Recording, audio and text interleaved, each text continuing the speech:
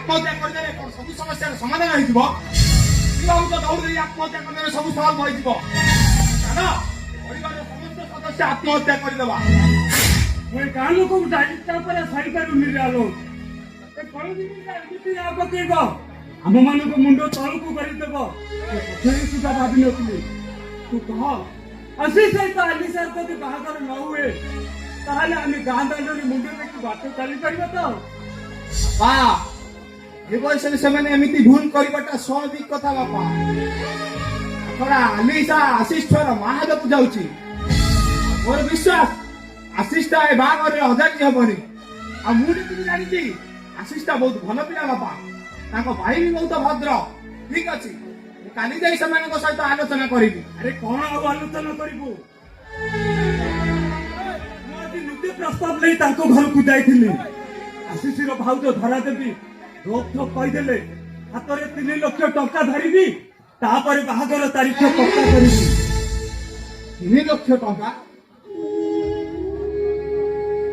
ହେଲେ ଏତେ ଟଙ୍କା ଆମେ ପାଇବା କୋଉଠି ବାପା? ମାସକୁ 10,000 ଟଙ୍କା ରୋଜଗାର କରୁଥିବା ମୁଁ ଜଣେ ବେତନଭୋଗୀ କର୍ମଚାରୀ। ସେଇ ଟଙ୍କାରେ ଘର ଚଳିବା ପାଇଁ ବହୁତ କଷ୍ଟକର ହେଇ ପଡୁଛି।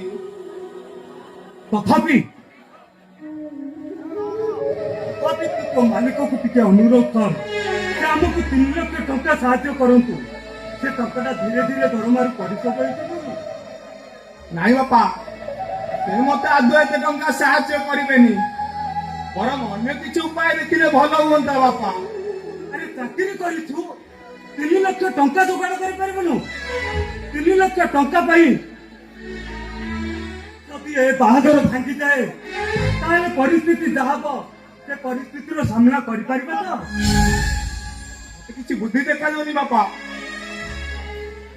3 ଲକ୍ଷ ଟଙ୍କା ଆମ ପାଇଁ ସ୍ୱପ୍ନ।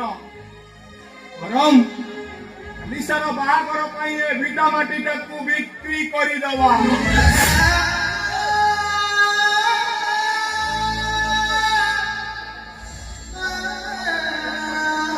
ନାଇଁ ଭାଇ, ଏ ଭିଟା ମାଟି ବିକ୍ରି ହେଇଗଲେ ତମମାନେ ରହିବ କୋଉଠି? ଭୁଲ ତ ମୁଁ କରିଛି। ମୋ ଭୁଲ ପାଇଁ ତମମାନେ ଶାସ୍ତି ପାଇବ କାହିଁକି? ଶାସ୍ତି ନୁହେଁ ନା ଆଲିସା, ଆଲୋ ଏଇଟା ପରା ତୋ ପାଇଁ ଆମ କର୍ତ୍ତବ୍ୟ।